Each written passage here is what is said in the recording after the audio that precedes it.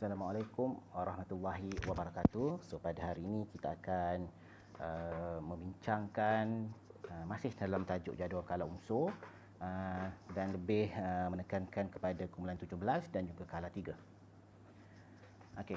So unsur dalam kumpulan 17 terletak di bahagian kanan jadual kala, terdiri daripada fluorin, klorin, bromin, iodin dan juga estetin.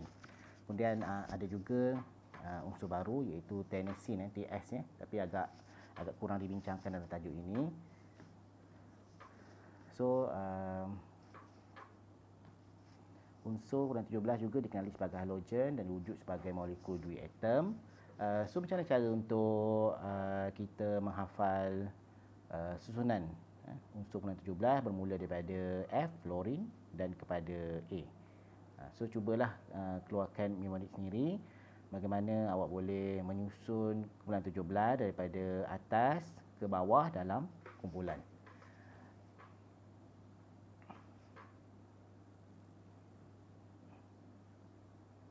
Okey, so klorin banyak digunakan dalam peluntur.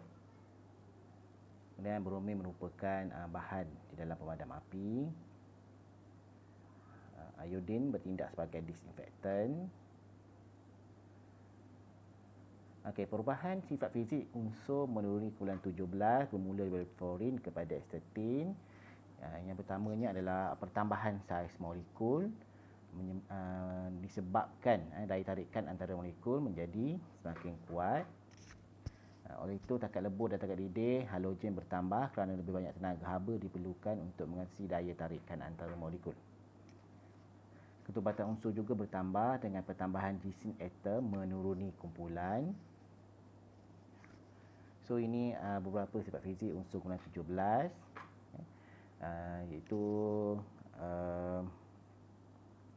warna bagi unsur kumpulan 17. Gas klorin warna kuning kehijauan, bromin berwarna perang dan peja iodin berwarna hitam keungguan. So biasanya kita ambil warna yang di depan lah. Kalau sebut gas klorin, kita sebut kuning, warnanya kuning. Bromin perang, iodin hitam. Okay. Kemudian jadual 4.6, sifat fizik beberapa unsur kumpulan 17. Kalau tengok bermula daripada atas ke bawah, keadaan fiziknya akan berubah daripada gas kepada pepejal. Takat lebur akan semakin bertambah, takat didih pun bertambah, dan ketumpatan juga bertambah apabila menuruni kumpulan. Okey, sifat kimia unsur kumpulan 17 di mana unsur kumpulan 17 mempunyai 7 elektron valen. Ingat lagi macam mana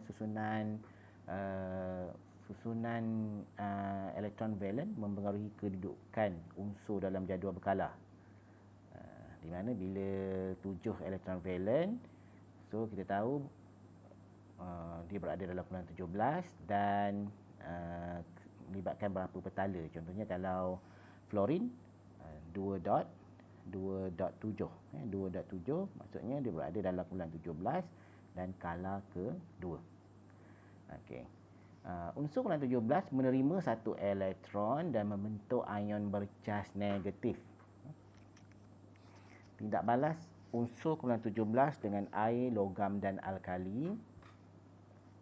Klorin, bromin dan iodin mempunyai sifat kimia yang sama tetapi mempunyai kereaktifan yang berbeza. Apabila halogen bertindak balas dengan air, larutan beresid akan terbentuk. Itu contoh persamaan. Sebagai contoh, tindak balas air klorin dengan air menghasilkan asid hidroklorik dan juga asid hypochlorous. Hypochlorous.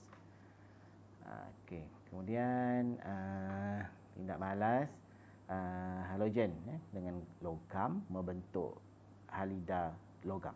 Contoh yang diberi adalah ferrum dan bromin menghasilkan ferrum 3 bromida. Ferrum 3 bromida. Seterusnya halogen bertindak balas dengan larutan beralkali menghasilkan garam halida, halat logam dan juga air terbentuk. 3 bahanlah di sini. So contohnya dia bagi pada awak adalah tindak balas iodin dengan natrium hidroksida, menghasilkan natrium iodida, natrium iodide dan juga air. Perubahan keaktifan unsur menuruni kumpulan belas. Bila menuruni kumpulan belas, keaktifan unsur akan berkurang. Keaktifan unsur akan berkurang.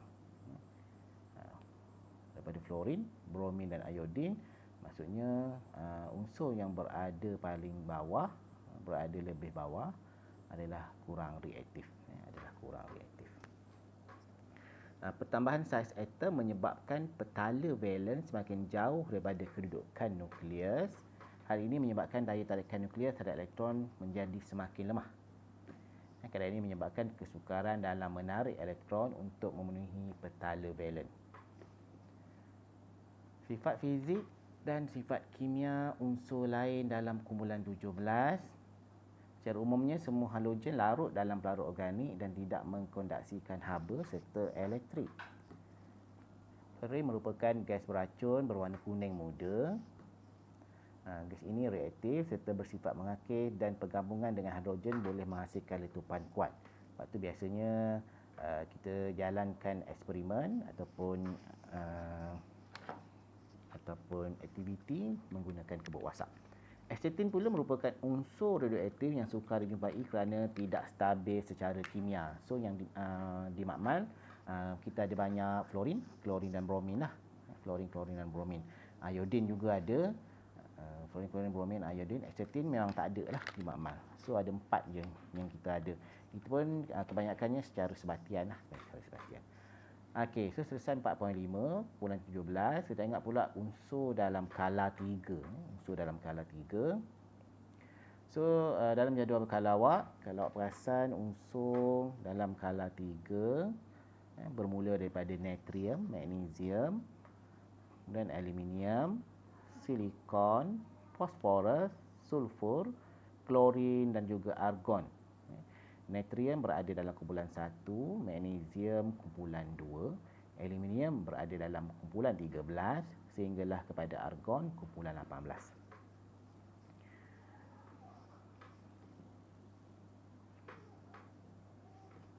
Magnesium sebagai bahan penyala api. Kita pernah buat eksperimen yang melibatkan magnesium, dia mudah terbakar dengan nyalaan terang. Aluminium untuk pembuatan tin. Kemudian fosforus sebagai bahan bunga api. Ini tambahan je lah pada awak ni. Okey, kemudian sulfur sebagai racun kulat. Okey, trend perubahan sifat fizik unsur berorientasi skala 3. So kalau awak perasan, bermula daripada natrium kepada argon, jejari atom ataupun saiz atom akan semakin berkurang. Saiznya akan semakin berkurang, keelektronegatifan akan semakin meningkat. Keadaan fiziknya daripada keadaan pepejal kepada kepada gas. Pepejal, gas. Gas menyebabkan klorin dan juga argon. Okey, kemudian silikon. Pertambahan bilangan proton berskala menyebabkan pertambahan caj dalam nukleus atom. Oleh itu, keelektronegatifan unsur meningkat kerana daya tarikan nukleus terhadap elektron semakin bertambah. Kemudian keadaan fizik unsur skala 3 juga berubah daripada pepejal kepada gas, iaitu unsur logam berubah kepada separuh logam dan akhirnya kepada bukan logam. So tengoklah trend dalam jadual skala unsur tu, bagaimana dalam skala 3 tu natrium berbentuk pepejal, kemudian kita ada separuh logam dan juga bukan logam. Okey, so apa yang berbezanya dalam unsur dalam skala 3 ni adalah apabila mengatasi skala 3, sifat oksida berubah daripada oksida base kepada oksida amphoteric dan kemudian kepada oksida asid. So inilah yang membezakan skala 3 dengan skala-skala yang lain, di mana dia ada oksida amphoteric, iaitu melibatkan aluminium oksida. Apabila dia bertindak balas, unsur kumpulan 13 unsur skala 3 ini bertindak balas dengan oksigen, dia membentuk amphoteric. Unsur kumpulan 1 dan 2 membentuk oksida logam yang bersifat base. Apabila logam larut dalam air, kedua-dua oksida base ini menghasilkan larutan beralkali. Oksida base juga bertindak balas dengan asid membentuk garam dan air. So itu adalah base. Kemudian aluminium membentuk oksida logam bersifat amphoteric, iaitu keupayaan bertindak sebagai asid dan base. So bila bertindak sebagai base, so dia boleh bertindak balas dengan alkali. Kalau dia bertindak sebagai asid, kalau dia bertindak sebagai base, dia boleh bertindak balas dengan asid. Kalau dia bertindak sebagai asid, dia boleh bertindak balas dengan base. Itu yang kita kata amphoteric, mempunyai kedua-dua sifat asid dan juga base, di mana dia membentuk garam dan air. Okey, kemudian